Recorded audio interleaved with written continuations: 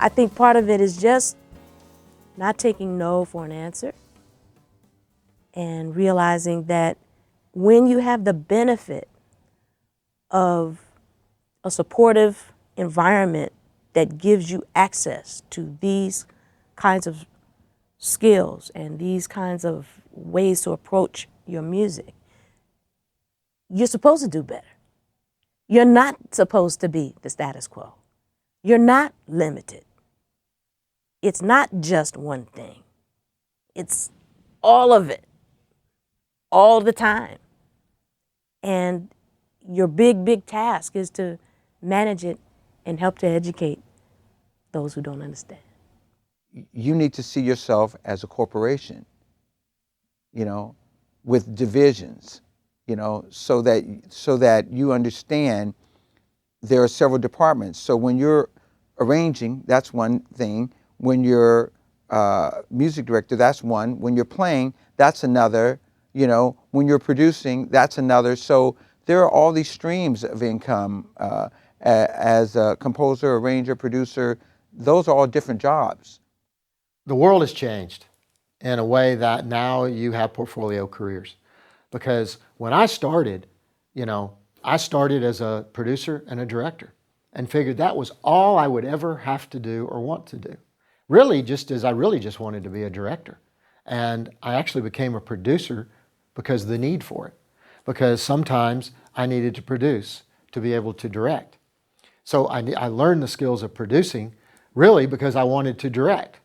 Now I produce because sometimes I don't want to direct. And there are things that I'd like to just go produce. A television idea, a TV show that I just want to produce. There are things that I just want to direct. Lately I've found myself in front of the camera, which I never thought would happen, and hosting a TV show. So you kind of keep moving because what's happened to us is our industry has changed so much. Entertainment has changed so much. The music industry flipped on its head in 2008. So what we're doing is we're finding new avenues and finding new creative roles and new creative outlets. So I think what you do is you keep your eyes open, but you do have to focus. When it comes to one, you need to focus on that. But having the skills of many is going to be helpful. I think as a mixer, I got to know about songwriting, I got to know about production, arranging, mastering, managing an artist, the A&R, the label side, the business side of things. I'm able to read now a contract. If there's a production agreement, I'm able to just read it myself without having to hire an attorney.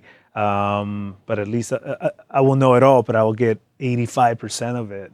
So just really having the desire to know everything about your field, and all the surrounding sort of careers that affect yours.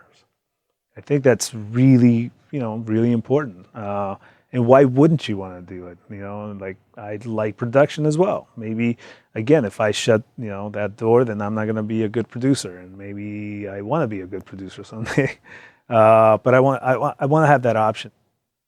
I'm a pianist, and I'll take keyboard and put it on as a separate situation because it requires some other kinds of things, with synthesizers and having that kind of knowledge. I'm a composer and an arranger, and the two are not necessarily the same. I'm an orchestrator. I am a singer. I can play the piano. I play a little bit of guitar, a little bit of bass, a little bit of drums. That has really enhanced my consciousness about a rhythm section, having to do each of those things and see how those things work. I have been a conductor and a band leader and a music director for little shows and great big shows. I think balance is the topic we're kind of talking about. I find myself looking for balance everywhere. Even if I'm writing a melody, I'm looking for balance in the intervals. I'm looking for balance in the harmonies and the rhythms, the overall thing, the short term, big picture, little picture. I'm looking for balance in my personal life. I spend enough time with the family and with the career. I'm looking for balance everywhere. And I think that is the decision I made when I said, all right, flute and clarinet, you guys go away. I don't have time for you in my portfolio, as you put it. So I think it's a constant assessment of where you are. I think the variety absolutely keeps you fresh. I'm never bored. There's always something to do. And you start to find out as you continue to go deeper into it that there's always something to learn. There's always something to learn. And what's beautiful is that there's so many ways for you to participate. There's so many ways for you to be involved. If you've taken the time to really have that awareness we were talking about, keep you and focus on a larger picture and allow for your activity to be a contributor to a larger activity, you get a lot out of it. Relationships matter. How you present what you do matters. But nothing is more important than your feeling a certain kind of self-validation by knowing how you learn, knowing what you do well, and knowing that it's possible for you to be able to use that and transfer that knowledge to a lot of other things. There's a power in that allows for you to feel pretty good about the fact that while you might not know everything, you know how to learn stuff, and that's good.